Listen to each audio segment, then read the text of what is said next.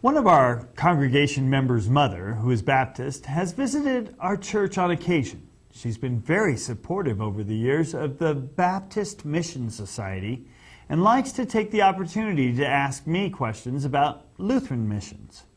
Her interest piqued mine in kind. It led me to do some simple research into mission societies. I was able to find a reference to a large number of them on the internet. Some of them still active and some from past history.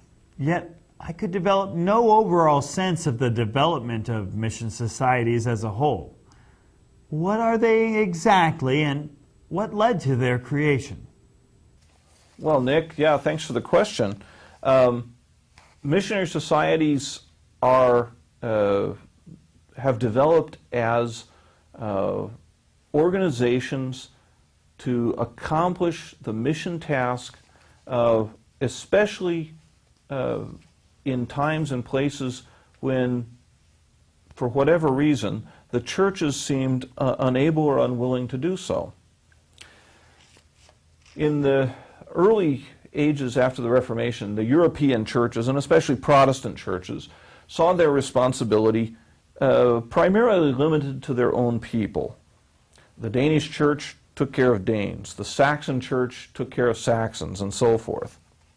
Well, when Ziegenbalg, the first Lutheran foreign missionary, arrived in India, there were already there Danish pastors who were serving as chaplains for the Danish officials in the colony. But those Danish chaplains weren't really working as missionaries. They happened to be Danish Lutheran pastors working in India, but they weren't working as missionaries. They were working among the Danish colonists. For a variety of reasons, those churches and structures and hierarchies that were associated with them were simply not equipped or prepared to take the gospel beyond their own group, beyond their own language.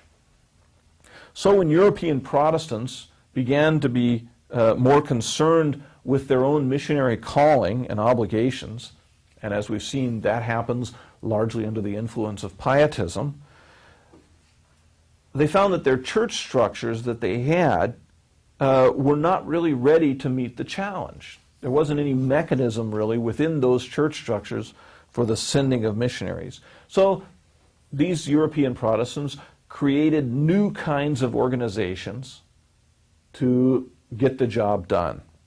New kinds of organizations to carry out a newly recognized responsibility and mission task. In the 18th century, there was a climate of initiative and enterprise in many of these Protestant lands in Europe, and such new organizations perhaps seemed like a natural way to solve a new problem. Rather than try to restructure the church, which is always a challenging task, they chose to set up separate organizations, in some ways independent of the church structures, to accomplish this task outside of the reach of the church as it existed.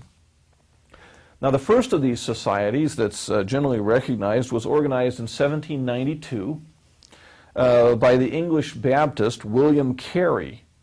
Carey himself was uneducated and trained as a simple cobbler. Late in his life, someone remarked how amazing it was that a mere shoemaker could have accomplished so much, and he corrected and says, "No, I was no shoemaker, I was just a cobbler." But Carey became the first and greatest missionary sent out by the society that he helped organize, which was named the Particular Baptist Society for Propagating the Gospel Among the Heathen. Sent out by this society, he arrived in India in 1793.